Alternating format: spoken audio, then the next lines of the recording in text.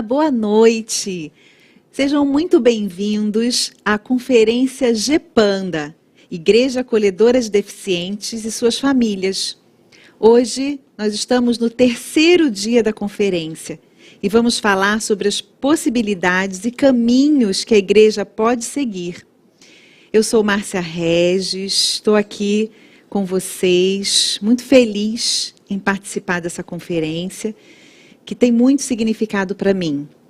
Sou professora, dei aula durante 21 anos da minha vida para educação infantil, séries iniciais, fui alfabetizadora por um bom tempo. Me formei em pedagogia, fiz uma pós-graduação em psicopedagogia na PUC do Rio de Janeiro e mestrado em educação, arte e história da cultura na Universidade Presbiteriana Mackenzie. Trabalho no Mackenzie desde 2008. Comecei lá um trabalho de revisão pedagógica do material didático do sistema Mackenzie de ensino. E nesse contexto eu tive a experiência de viajar por todo o Brasil, dando formação aos professores sobre educação confessional e cosmovisão cristã e aprendizagem significativa que faziam parte do sistema Mackenzie de ensino. Desde 2013, trabalho no Colégio Presbiteriano Mackenzie São Paulo. Trabalhei como orientadora educacional, orientadora pedagógica, coordenadora da educação infantil e hoje sou diretora do colégio. Nessa trajetória, a vivência com crianças com deficiência foi muito grande. E acredito que essa vivência e todo o aprendizado que eu tive com essas crianças, tanto como professora, como orientadora pedagógica e educacional, me trouxeram até aqui.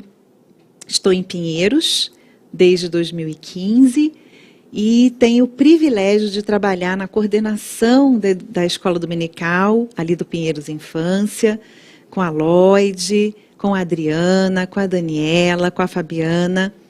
E ali nós temos muitos desafios interessantes e um deles é trabalhar com o acolhimento das crianças com deficiência.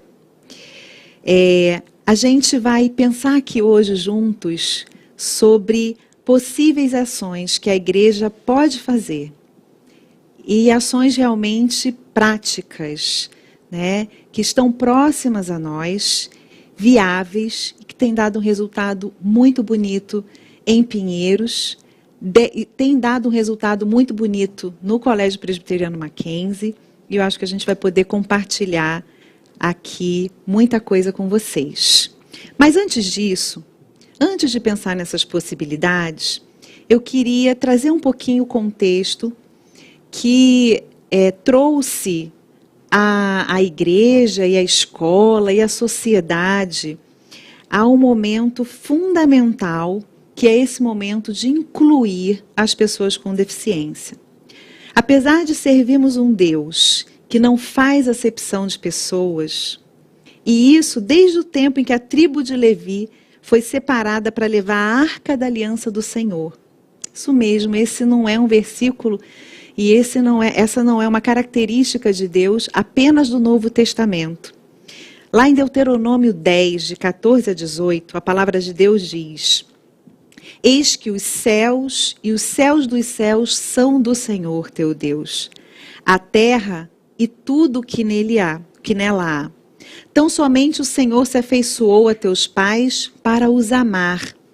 A vós outros, descendentes deles, escolheu de todos os povos, como hoje se vê.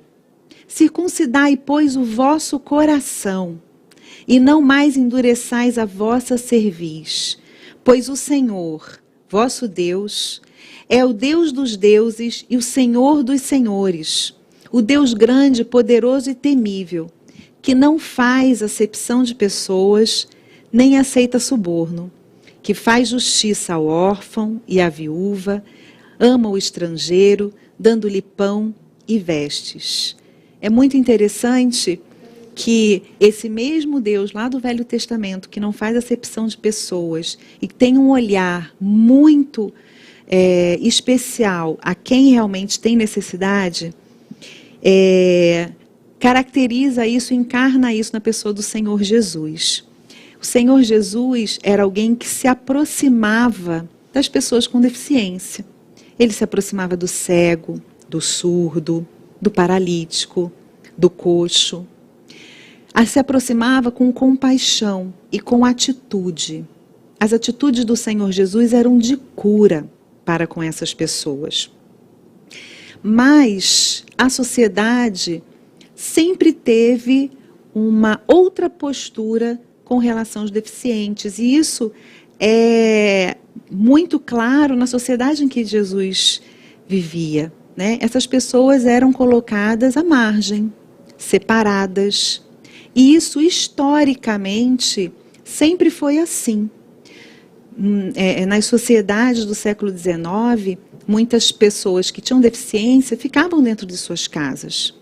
Depois, a deficiência começou a ser tratada dentro da área médica, mas surgiram os hospícios, os manicômios, locais onde as pessoas que tinham alguma deficiência, quer seja cerebral, física, ficavam reclusas para diversos tipos de tratamento. Por isso, ao longo da história, a sociedade não foi acostumada a conviver com as pessoas com deficiência.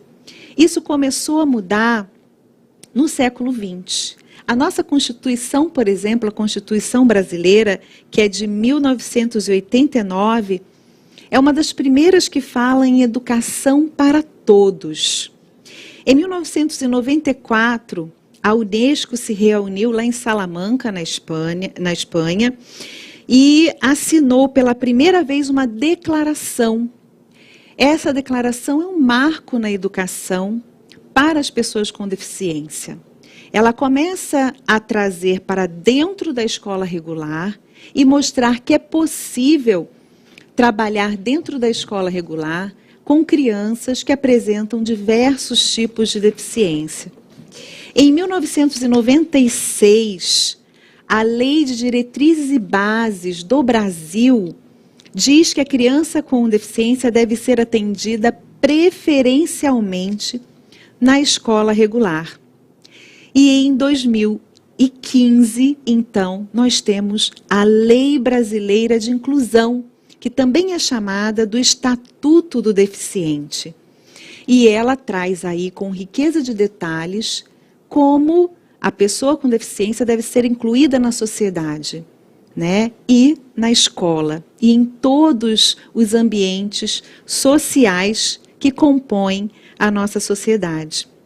É importante destacar que essas leis mencionadas falam sobre inclusão, mas todas elas falam sobre inclusão do deficiente. Quando nós falamos em inclusão escolar, inclusão educacional, nós estamos objetivamente tratando da inclusão de pessoas com deficiência. Mas essa história é muito recente e ainda nos traz muitos desafios. Apesar das leis colocarem como uma ação para as escolas receberem as pessoas com deficiência, muitas vezes, e na maioria das vezes, o Estado não dá a estrutura necessária para as instituições acolherem de maneira adequada e ensinarem de maneira adequada a essas pessoas. Até porque cada deficiência traz em si características específicas que precisam ser estudadas e atendidas de acordo.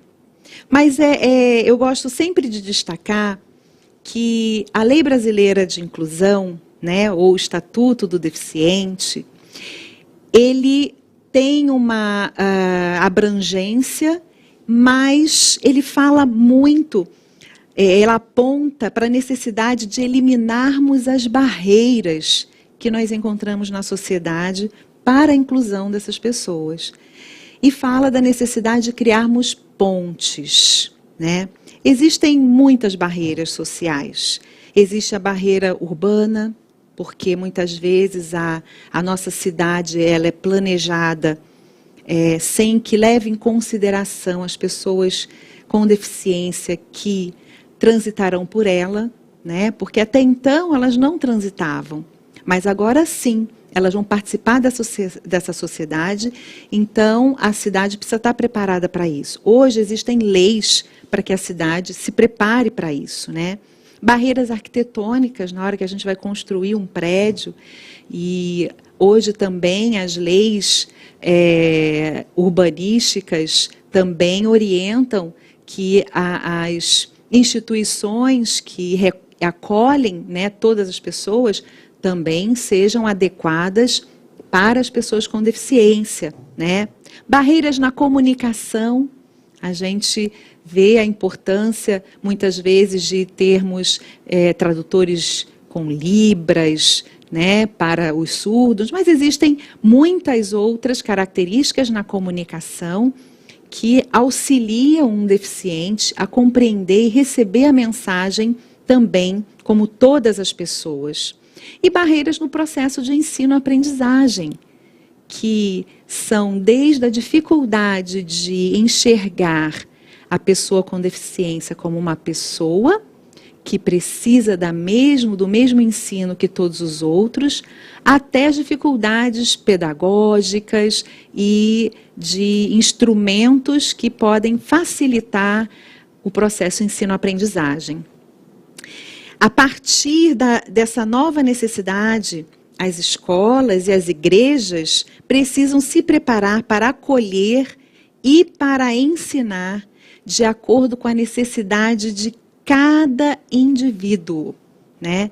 Então, nós, sabendo que hoje a gente vive um tempo onde é imperativo que a gente acolha todas as pessoas, né? Se a sociedade caminha para isso, a igreja precisa dar o exemplo.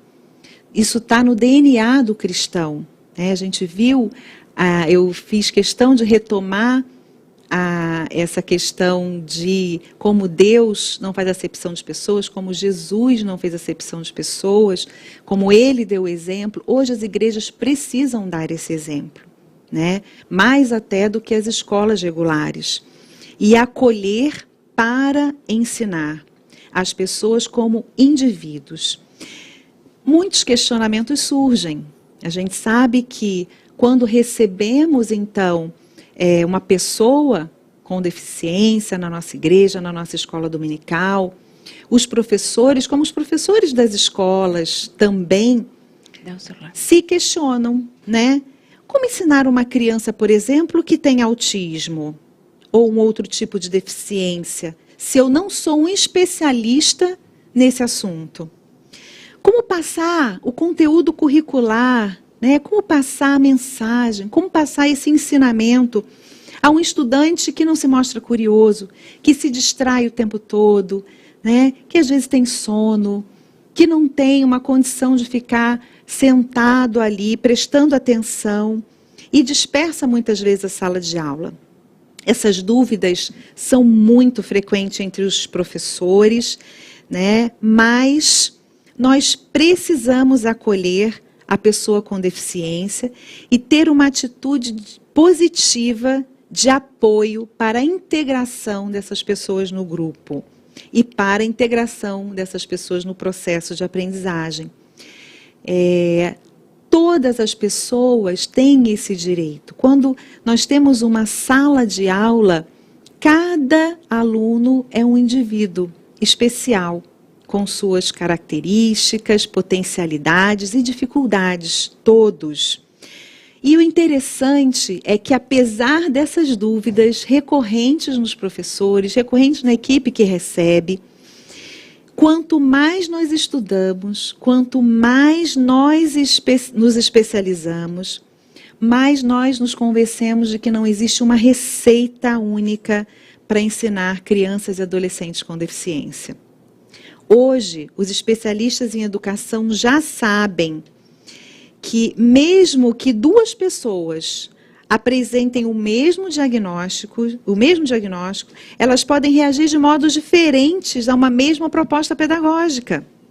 Por isso, o que funciona para um estudante com autismo pode não funcionar para outro com autismo. O que funciona para um estudante com TDAH pode não funcionar para outro estudante com o mesmo transtorno. O que pode funcionar para um aluno com paralisia cerebral pode não funcionar para outro.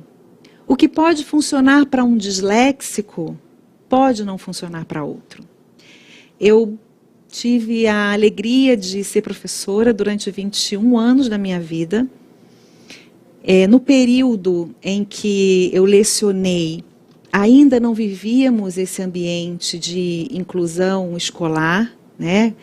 Foi antes da LDB, tive várias turmas, e sempre, em cada uma das turmas que eu tive, eu posso relatar aqui alguns alunos que apresentavam muita dificuldade. Naquela época, e na escola que eu lecionei, talvez a família não tivesse nem condições de fazer um diagnóstico, né? De trabalhar ali, descobrir qual era aquele transtorno, qual a síndrome, coisa que hoje a gente tem uma riqueza de possibilidades de detectar e trabalhar de acordo. Mas nós tínhamos sempre esse desafio como professor, né, de incluir os alunos que apresentavam maiores dificuldades. E um não é igual ao outro. Eu tive aluno com dislexia que aprendia de uma forma e outros alunos que tiveram dislexia que aprendiam de outra forma. Porque cada ser humano é único. E é muito importante a gente entender que para ensinar, o professor não precisa ser especialista nesse transtorno. O recomendado é que se procure conhecer todos os alunos de forma individual e se perceba como cada um deles aprende. Hoje, a pedagogia e o ensino e a escola, até mesmo nesse momento de pandemia, onde a gente tem trabalhado com ensino híbrido, né? A pedagogia tem estudado muito a questão da personalização do ensino, através de metodologias ativas. Então, conhecer o aluno na sua individualidade é importante. O aluno que tem uma deficiência, ele com certeza vai ter apoio de alguns especialistas, né, que o ajudam, que o apoiam, que o acompanham ao longo do tempo. E a troca entre essa equipe multidisciplinar é a grande riqueza na forma como a gente deve, então, ensinar os alunos e buscar caminhos de aprendizagem e de inclusão no grupo. Uma coisa também, uma pergunta que é sempre recorrente entre os professores, é será que ter um aluno com deficiência na sala atrapalha o rendimento dos outros alunos, né? E essa também é uma experiência interessante durante todos esses anos de escola, é que os alunos que participam de uma aula com uma pessoa com deficiência, com uma criança com deficiência, ganha muito, aprende com ele, ajuda, né, auxilia, e normalmente não atrapalha em nada o ritmo de aprendizagem, mas a gente vai aprender como integrar, né, o aluno no processo e fazer com que o ritmo da aula, então, siga o seu curso, o curso que ele deve seguir, né? A inclusão dessas crianças e adolescentes, no entanto, requer uma mudança no modo como a escola pensa e faz educação. Não dá para querer um modelo de aula padronizado para todos, sendo que nós temos pessoas muito diferentes dentro de uma sala de aula. Então, ter o aluno com deficiência nos faz pensar nisso e nos mobilizar para novas estratégias que alcance esse aluno e muitas vezes alcança a todo o grupo de maneira muito eficiente. Aqui em Pinheiros nós vivemos esse desafio. Pinheiros realmente é uma igreja grande, né? E nós recebemos muitas crianças. E temos recebido, ao longo dos últimos anos, crianças com deficiência, com autismo, né? Com alguma forma de TDAH, com alguma paralisia, né? Com alguma questão de dificuldade de comunicação verbal.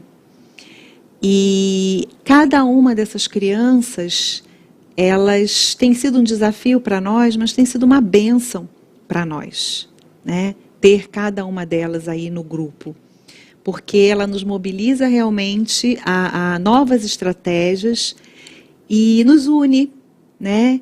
E ensina também para as nossas crianças a conviver com alguém que pode ser diferente dele, mas que também tem potencialidades e limitações como cada um de nós. Mas foi preciso a gente repensar a nossa estrutura para acolher da melhor maneira, né? E eu anotei aqui alguns passos, né, algumas ações que nós tomamos para esse acolhimento e para essa ação de ensinar com eficiência, né? Ensinar de verdade e ver que realmente essa criança está aprendendo também como os outros. A primeira ação foi formação com os nossos professores. Então, nós pensamos em momentos de palestra, mas também momentos de encontro com os professores para troca, né?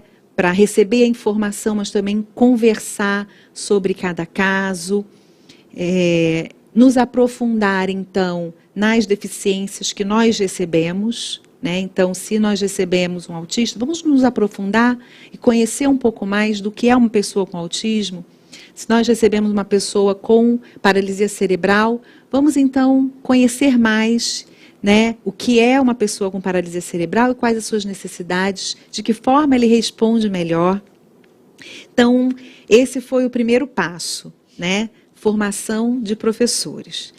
Depois, a gente começou a pensar no material didático. Desculpa. Será que o material que a gente usa para a escola dominical está alcançando esse nosso aluno? Obrigada, eu vou tomar um pouquinho. Muito obrigada, viu, queridos?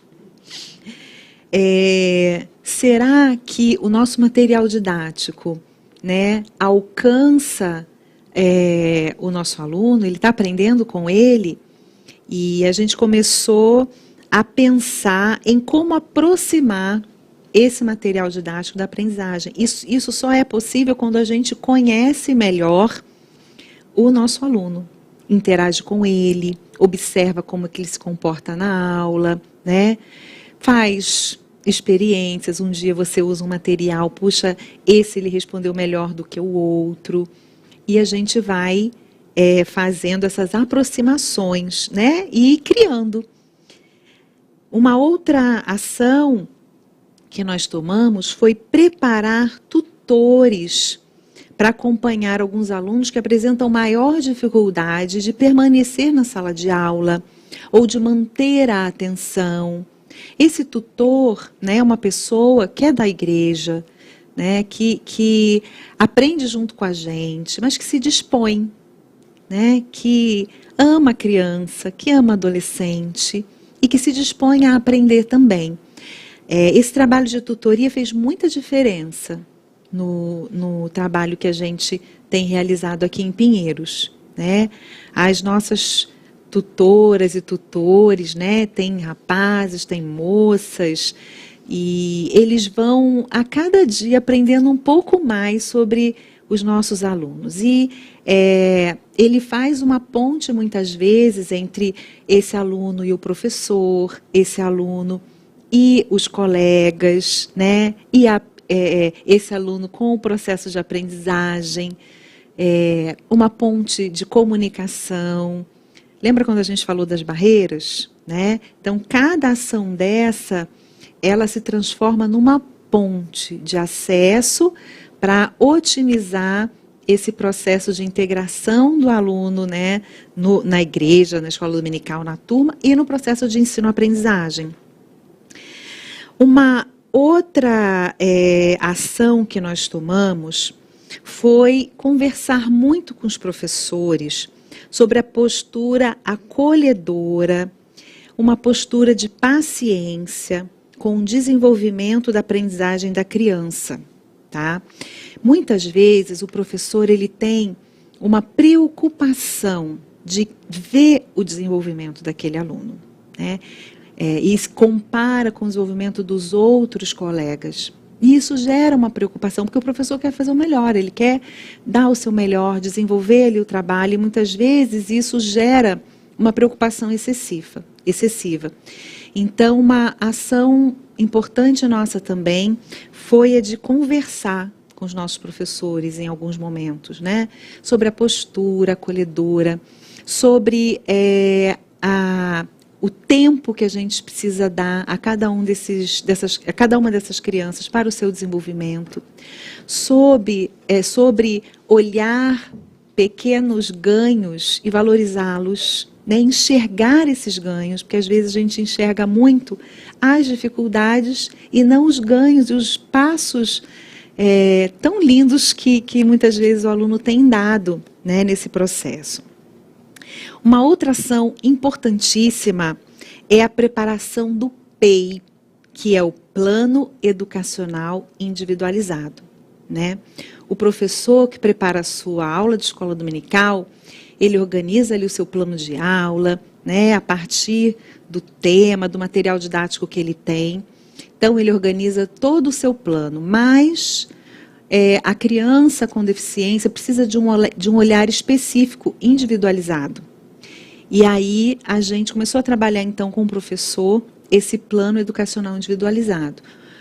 Hoje, aqui em Pinheiros, o nosso material didático já vem com dicas de plano educacional individualizado, né? A pessoa que prepara esse material, a Lloyd, nossa querida, conhece tão bem esses alunos que estão nessas salas, que ela já coloca ali dicas e sugestões específicas para que o professor ali se nutra, né? Tem ideias para então fazer o seu plano de aula específico para atender a aprendizagem desse aluno.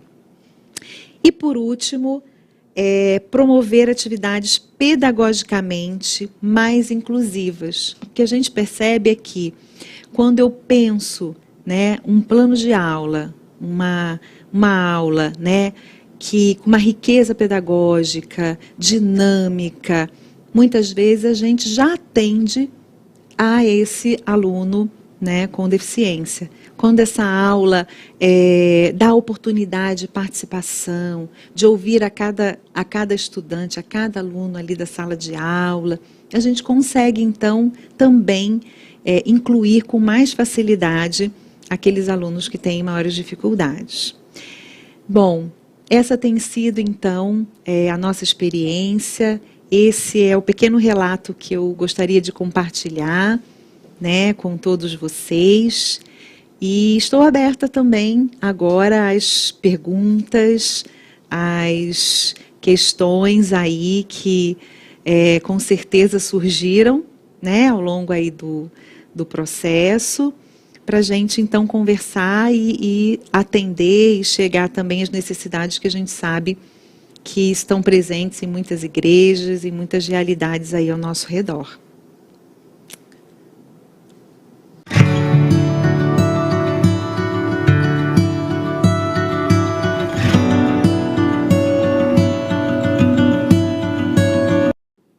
De volta com a conferência GEPANDO e agora chegou a parte das perguntas. Eu quero dar boa noite para você que está assistindo. Eu já vi que tem comentários aqui e hoje é o dia para você mandar a sua pergunta em relação às possibilidades que a igreja, quais os caminhos que a igreja pode seguir. Você viu aí tanta informação preciosa, né, que você já pode pegar. Depois compartilhe esse vídeo, porque aqui tem informações e ideias riquíssimas de um trabalho que já tem sido feito aqui na Igreja Presbiteriana de Pinheiros e pode ser implantado e deve ser implantado, né, gente, em vários lugares do mundo para as pessoas, para as famílias que precisam. Com a nossa querida professora Márcia Regis, que desenvolve um trabalho lindo, e também hoje com Ana Paula Albuquerque, que desenvolve esse trabalho lindo também do GEPANDA, e pode mandar sua pergunta. Eu já quero começar com as meninas falando. Primeiro quero dar boa noite. Boa noite, Ana. Boa noite a todos vocês. Boa noite, Márcia. Boa noite, Lídia. Obrigada, por vocês estarem acompanhando a gente todos esses dias. E estamos aqui no terceiro dia. Então, muito bom, né, Ana? E a Márcia, vocês já viram aqui falando. E agora eu já vou falar para elas um comentário muito importante que tem aqui da Eliane Alves, que fala assim: hoje em dia, planejamento escolar. Um dia, em planejamento escolar, perguntei para a editora por que não havia material adequado ao aluno autista, ou um que fosse um norte, pelo menos. E a resposta da editora foi: é muito caro, não compensa. Qual a sua opinião, professora Márcia e Ana, também sobre esse comentário? Olha, infelizmente a gente percebe que a área, essa área de inclusão escolar, ela recebe pouco incentivo financeiro, tem um olhar assim de que não tem um lucro, se você fizer um material específico, para o autista, por exemplo. Mas é possível fazer, tá? É possível a gente ter um material que norteie, por exemplo, a alfabetização de um autista, que é uma necessidade grande para os professores. E seria muito importante que a gente tivesse isso sendo desenvolvido, por algum material, por algum sistema de ensino e tudo mais. Mas a gente nunca vai ter um material que atenda completamente aquele aluno. Então, a minha dica é que a gente não se apegue tanto a essa falta de recursos didáticos para ensinar uma criança que tem o autismo.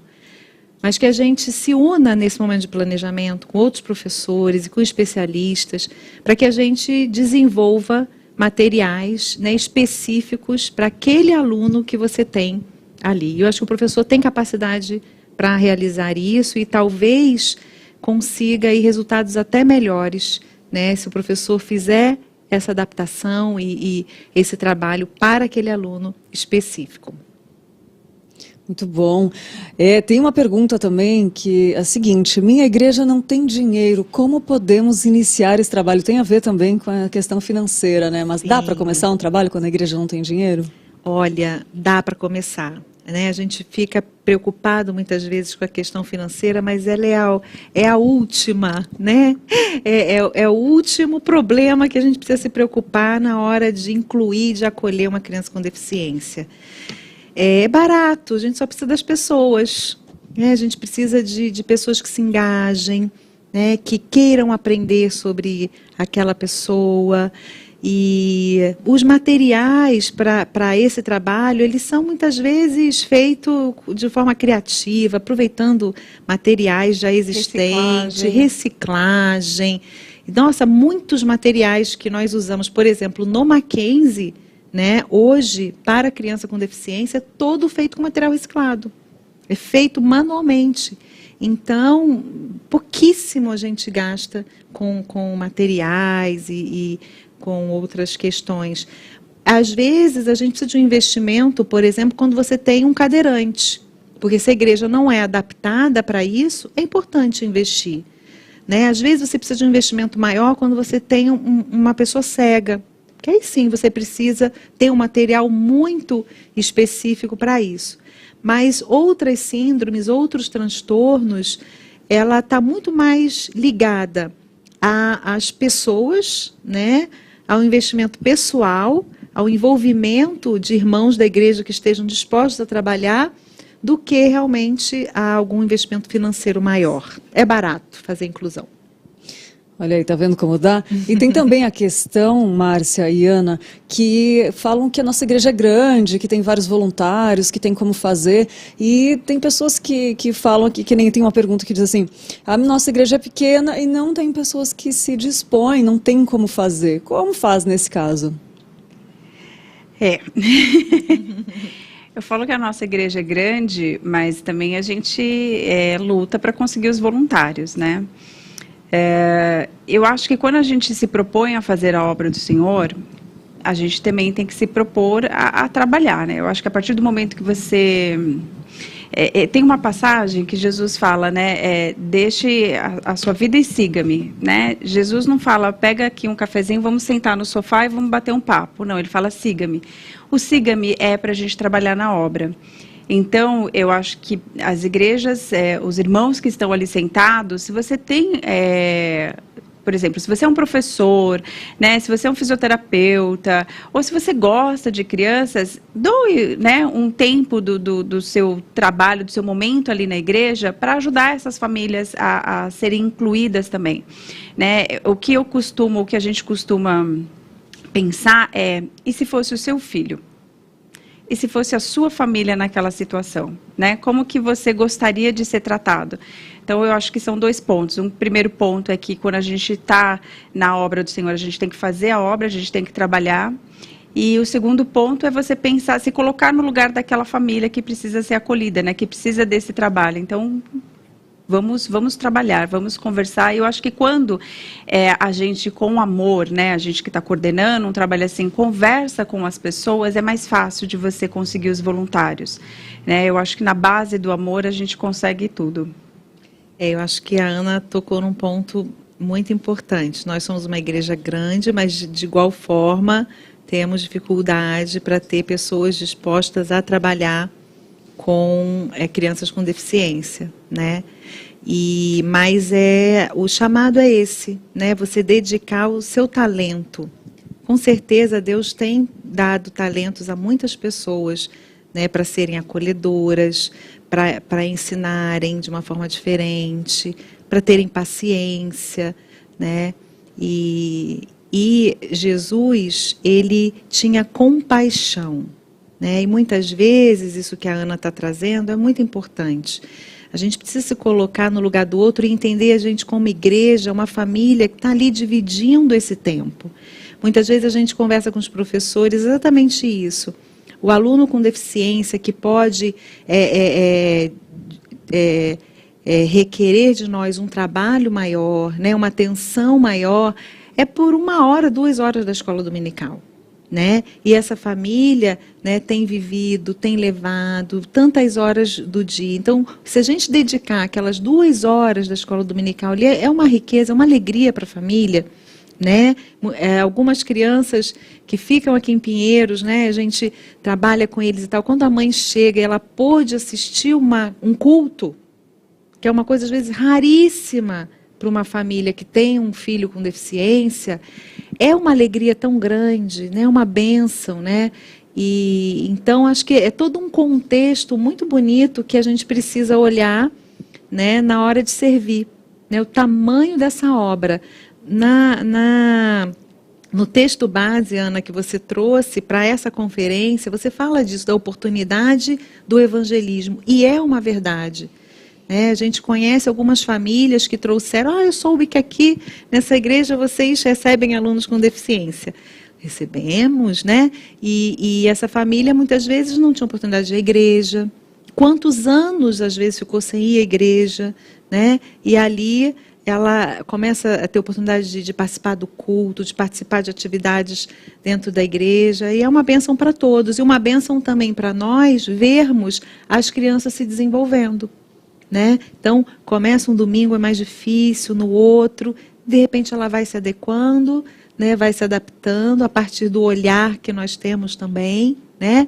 E a gente vai vendo esse desenvolvimento bonito. Então, é um trabalho, mas é um prazer, é uma alegria, né? Ver o retorno. Que cristianismo lindo sendo executado, né? Coisa linda de ver, gente. E eu queria perguntar para vocês, meninas, que estão assim, com a mão na massa aí, nessa lida tão bonita, tão cristocêntrica, né? Perguntar como que começou esse trabalho, o que levou a IPP desejar desenvolver um trabalho desse, e também queria que vocês falassem um pouquinho quais são as dificuldades que vocês enfrentam. O GPanda, ele começou através da Cidinha. Né? Com o trabalho que ela fazia com o Luiz na EBD, E aí começou não só na EBD, às vezes o Luiz vinha aos sábados, porque aos sábados a gente tem atividade para as crianças, então ela vinha também nessas atividades. E tinha outros meninos autistas que estavam vindo nessas atividades especificamente, não na EBD neste primeiro momento. Então, ela sentiu uma necessidade de fazer um trabalho com essas mães, né? Enquanto essas crianças estavam ali brincando, de repente ela, né, trazer essas mães, trazer alguma palestra, enfim, fazer um encontro ali e realmente algo que pudesse ser uma troca, né? Nós, aí eu me coloco nesse ponto, como mães de autistas, às vezes a gente precisa realmente fazer essa troca, né? Conversar, expressar o que a gente está sentindo, as angústias, e nada mais fácil do que quando você tem o seu par para falar aquela dor, porque aquela pessoa vai entender o que você está sentindo. E aí começou, e ela me convidou um dia para palestrar. Eu falei, vamos fazer isso crescer, né? Vamos aumentar. A gente foi conversar com o reverendo Arival, ele abraçou instantaneamente, né? Não precisei nem pedir. Quando eu comecei a expor para ele, não, vamos fazer, e o negócio ele foi crescendo. Quando eu falo que quando a gente coloca Deus na frente, o projeto ele toma uma proporção que nem a gente espera. Então o GEPANDA ele cresceu de uma forma que nem nós esperávamos que fosse assim. Eu acho que qualquer departamento na igreja, ele enfrenta dificuldades. Mas quando você tem amor por aquilo que você está fazendo, como a Márcia falou, quando você vê os resultados, e quais são esses resultados que a gente vê dentro do GEPANDA? É uma mãe podendo ter um tempo para assistir o culto, uma mãe podendo desabafar, né, colocar aquilo que ela está sentindo e se sentir acolhida. É você ver uma criança sendo incluída, né, entre os pares dela, participando das atividades. É você ver o brilho no olhar dessa criança, né? Às vezes a gente tem crianças que são não verbais, mas você vê o brilho no olhar dela porque ela percebe que ela está sendo incluída. Então, eu acho que qualquer dificuldade que a gente possa ter, quando você vê esse resultado, esse amor, tudo isso fica pequeno, né? Essas dificuldades, elas acabam ficando pequenas. A gente tem, eu acho que neste momento não de pandemia, a dificuldade é a pandemia, mas quando a gente está no presencial, a maior dificuldade acho que é realmente os voluntários. Mas a Cidinha, ela é incessante nessa busca, né, pelos voluntários, sempre fica a cargo dela isso, e ela consegue de uma forma assim que quando a gente vê, nos dias que a gente precisa, tem voluntário para tudo quanto é canto. E a Márcia pode falar um pouco, né, na questão da EBD, mas do GEPANDA, o que eu vejo, a nossa vivência é essa. E é cativante mesmo, é lindo. Eu tive a oportunidade de ir uma vez ou duas. Maravilhoso. Na EBD, eu fui convidada pela Lloyd, né, que já estava ali na coordenação da escola dominical, para ajudar nesse trabalho de inclusão das crianças realmente com deficiência. Exatamente nesse contexto que a gente fica, né, do professor se sentir limitado. Né, dele achar que ele não tem recursos, que ele não é especialista e sentir muita dificuldade de lidar ali com o contexto sala de aula. A gente entende porque a sala de aula tem várias crianças, né, e ele tem que dar conta ali daquela aula, então ele sente muita dificuldade. Então aí a Lloyd falou, Márcia, a gente está recebendo, né, alunos com deficiência e será que a gente pode fazer aqui na igreja o que vocês já estão fazendo na escola? E aí a gente sentou e viu que é possível sim, né? Como todo ministério, é um ministério que precisa ser alicerçado na oração, sabe?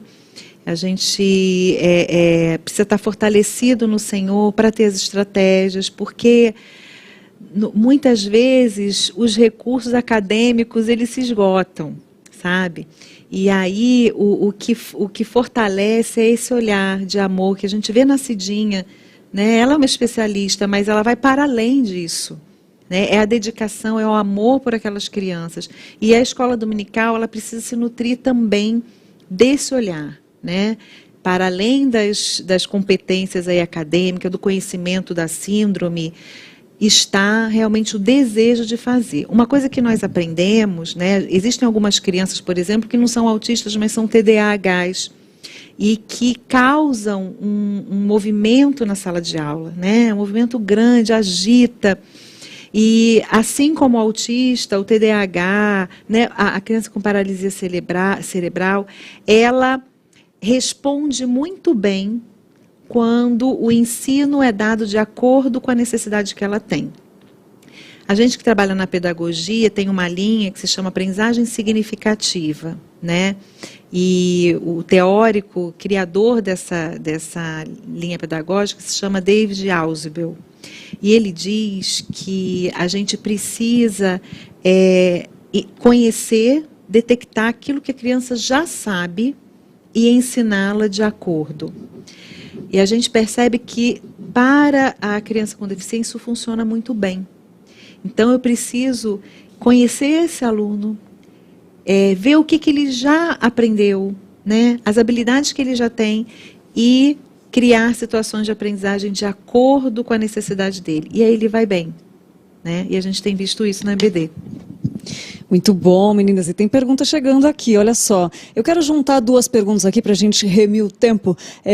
Queria falar sobre como lidar com a rejeição da igreja, né, nesses casos, em acolher essas famílias. Eu queria que vocês colocassem mas eu aproveito essa questão para ler o comentário da Eliane, que falou: o desafio posto à igreja é o de se abrir para a realidade do autismo, mesmo sem haver autista na igreja. Aguardar chegar um autista para pensar sobre o que fazer é um caminho errado a seguir? São duas perguntas diferentes, né? Se espera chegar alguém para começar esse trabalho. E também queria que vocês comentassem um pouquinho sobre a rejeição da igreja, né? E como em acolher essas famílias. Eu acho que a gente precisa mostrar que a igreja está aberta para receber. Não adianta a gente ficar esperando chegar alguém, porque a pessoa só vai chegar, pode acontecer um caso de chegar alguém, mas o que a gente vê, os pais indo sem os filhos. Então a igreja ela precisa mostrar que ela está aberta para receber. É óbvio que ela só vai entender como isso vai funcionar, a Márcia pode até falar melhor sobre isso, quando essa criança chegar, né? Mas ela precisa se mostrar aberta. Quanto à rejeição da igreja, é muito difícil falar sobre isso, principalmente eu, porque eu já vivi isso, né, na pele. Eu acho que é na base da oração, como o reverendo Arival falou no primeiro dia, não vamos aqui criticar as igrejas, né? Criticar nenhuma igreja, nenhuma denominação. É difícil para um pai ou para uma mãe essa rejeição, é extremamente difícil. A única coisa que eu posso fazer é orar, né, para que Deus mude esses corações, para que essas pessoas enxerguem essas famílias como famílias necessitadas da palavra do Senhor. Ontem, com o reverendo Tiago, a gente viu essa necessidade dessas famílias estarem, né, na igreja, estarem ouvindo a palavra, estarem sendo alimentadas. A gente viu os índices de suicídio, tanto de mães de autistas quanto dos próprios autistas. O índice de suicídio não é só de mães de autistas, né? Outras mães de outras deficiências também acabam se suicidando. A gente percebe um índice maior dentro do autismo. Então, a gente precisa olhar com mais amor para essas famílias. Então, a única coisa que eu posso dizer, nesse caso, para as igrejas, é que a gente só pode orar, né, para que Deus mude essa realidade. Perfeito, Ana. E tem uma pergunta também sobre as aulas, né? Durante as aulas, uma curiosidade é o que fazer, né? Se a criança for violenta, quiser bater no professor e no colega, né? E também quando tirar a criança... né? Primeiro vamos responder essa, porque eu não sei se tira da sala ou não, aí é outra pergunta. Esse ponto é desafiador mesmo, né? A questão da agressão, ela é uma ação inaceitável para qualquer criança, qualquer adolescente. Então, a criança deficiente que age com agressividade, ela precisa ter limite, né? Ela precisa saber que a convivência, ela precisa ser harmoniosa.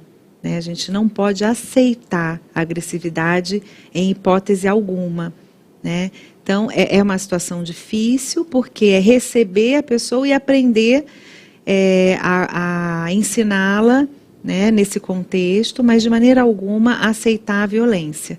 Então, o pai precisa ser muitas vezes acionado, né, para a gente conversar como fazer isso. Ela não pode estar junto ali naquele momento com as crianças, enquanto ela está nesse momento de agressividade, batendo.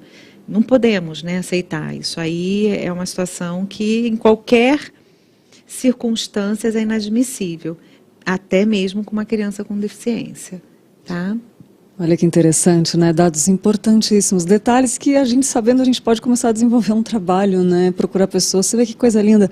E, Márcia, também tem uma pergunta, se a criança for retirada da sala, quando eu tiro a criança da sala, o que eu faço com ela? Quais as atividades que eu posso desenvolver com ela? A criança, quando ela é retirada da sala, a gente tem que ter uma intencionalidade. Né? Então, por que é que ela saiu da sala e o que eu vou fazer com ela? Né? Eu não posso simplesmente, ela deu trabalho, né, desestruturou a aula, vou colocá-la fora de sala. Aqui em Pinheiros, o que nós temos feito?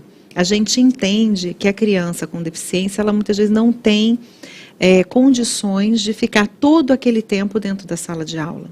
Então, ela sai com uma intencionalidade. Então, a gente já organiza com o tutor uma atividade para ele fazer fora de sala.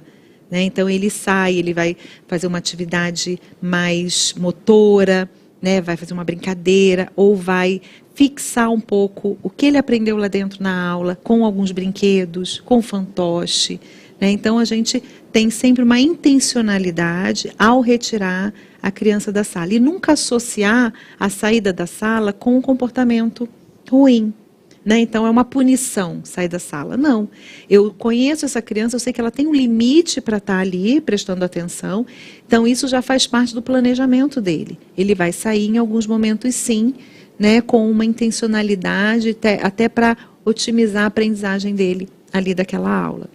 Olha que cuidado lindo, né? E tem mais uma pergunta, Márcia, e se a Ana quiser responder também. A criança atípica, ela precisa estar numa idade com outros alunos da idade dela? Hoje, né, dentro desse olhar de inclusão, né, e da criança com deficiência na escola regular, ela deve estar com um grupo que tem a mesma idade dela. Por quê? Porque as questões de aprendizagem, né, as dificuldades que ela apresenta, ela vai apresentar para toda a vida. Então, ela precisa ser ensinada, orientada, trabalhada, desenvolvida, dentro ali das suas limitações e potencialidades, durante toda a sua vida escolar. Mas o ideal, hoje, é que ela acompanhe o mesmo grupo, né, social dela, que tem a mesma faixa etária. E isso ocorre tanto com crianças com alguma deficiência, síndromes e transtornos, mas também com crianças que têm altas habilidades, né, que são superdotados. Eles entram nessa mesma classe, né, de atenção. Inclusive, a criança superdotada, ela também é contemplada na lei de inclusão. E a gente deve trabalhar com ela na sua classe, na sua faixa etária, e aí, naquele caso, dar estímulos para além, né, o que ela precisa para além do que aquele grupo ali já tem. E é possível ter duas crianças atípicas na mesma sala de aula? É possível, muito.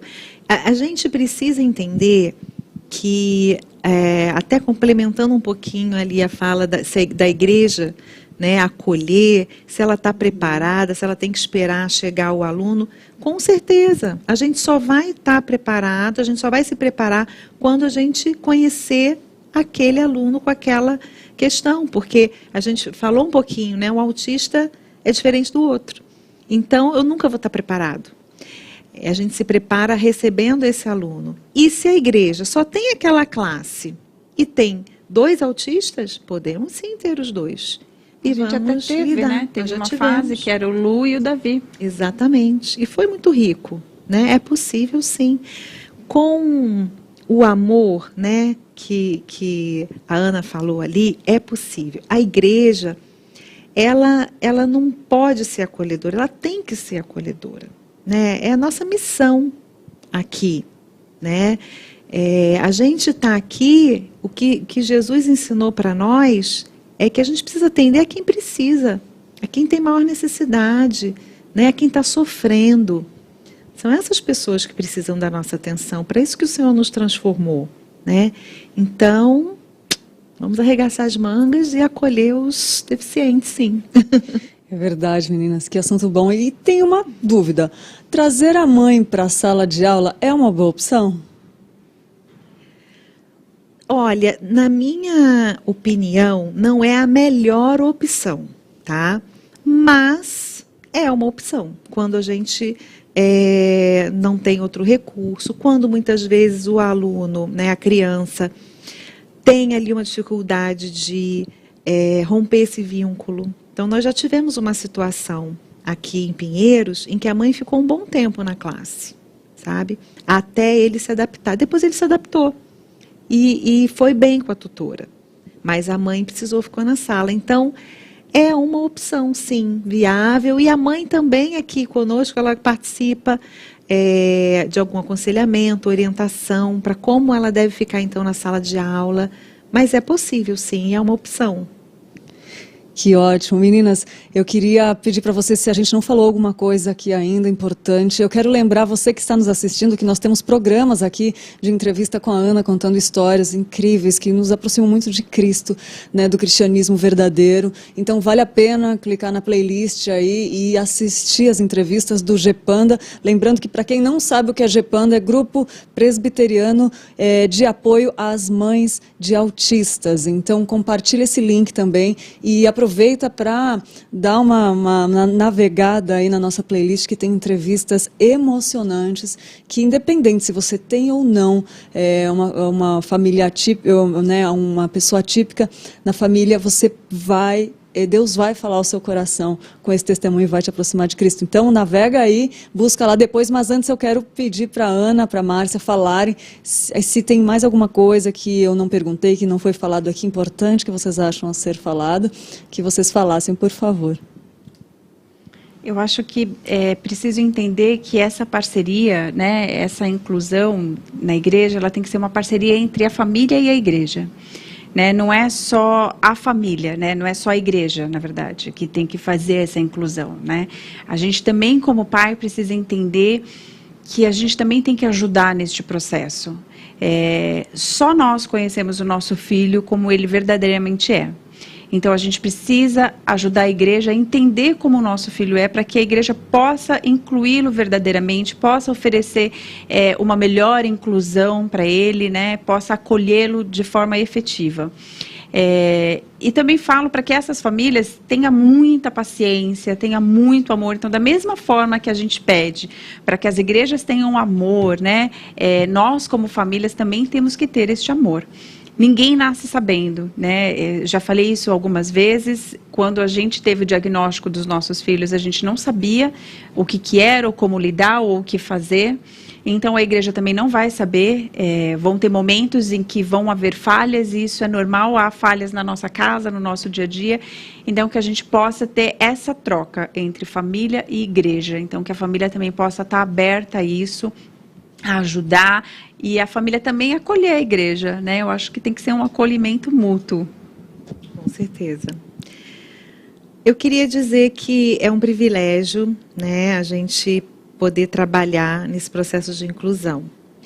Eu queria parabenizar a Ana, né, o GEPANDA, eu acho que é uma ação maravilhosa aqui da Igreja de Pinheiros, né, e com certeza tem alcançado muitas vidas, né, de mães e dos filhos. E que vale a pena começar, tá? Não há limitação alguma que impeça a igreja de começar a acolher uma criança com deficiência, né? Nós nunca estamos sozinhos. Isso é muito interessante. Na igreja a gente não está sozinho. E quando Deus manda essa criança com deficiência, Ele também vai nos capacitar para atendê-la, né? Vai mandar as pessoas para melhorar o trabalho. E Isso eu quero deixar assim, que é muito importante o professor e a pessoa que está nessa situação na igreja, saber que ela nunca está sozinha. O Senhor vai sempre preparar as pessoas, e só pessoas podem fazer inclusão, né? Perfeito, meninas. Que bênção vocês na vida da igreja, viu? Vocês são a igreja, nós somos a igreja, né? Mas que bênção poder caminhar do lado de pessoas como você, porque isso faz parte do nosso corpo que vai se ajustando saudavelmente, Amém. né? Quero agradecer de coração a participação de cada uma de vocês. Quiserem finalizar com alguma mensagenzinha rápida, aí depois a gente encerra aqui. Só tenham muito amor, né? Estamos aqui, o GEPANDA, como eu disse esses dias, nós estamos aqui para o que vocês precisarem. Se vocês tiverem alguma dúvida, podem nos procurar, que a gente está aqui. Muito obrigada por vocês estarem nos acompanhando. Agradecemos imensamente as orações e é tudo para a obra do Senhor, né? É tudo para a obra, para a honra e glória do Senhor. Amém. Queria agradecer também, agradecer a Ana pelo convite, né? Agradecer aí Lídia também, fiquei muito feliz aqui de participar desse programa, agradecer a todos que estão participando e dizer que é um privilégio, né, a gente servir ao Senhor. É para honra e glória dele mesmo, né? E agradecer a todos, foi um privilégio estar aqui. Isso mesmo, e faço da Márcia as minhas palavras, agradecer a você também que está nos acompanhando e agradecer porque eu sei que você vai compartilhar esse link também com seus grupos de WhatsApp, porque tem uma família precisando saber dessas informações, tá bom? Ou uma igreja precisando saber dessas informações para que implantem, né, um trabalho tão lindo e tão cristão como esse. Quero lembrar vocês, amanhã, nosso último dia 24, a alegria de ser acolhido, o tema com a nossa querida Ana Paula Buquerque, e vamos falar de coisas aqui que vão tocar o seu coração. Então aproveita, compartilha e a gente espera por você amanhã, nesse mesmo horário, neste mesmo canal, às 18 horas, aqui, tá bom? Fiquem com Deus, que Deus abençoe. Até amanhã.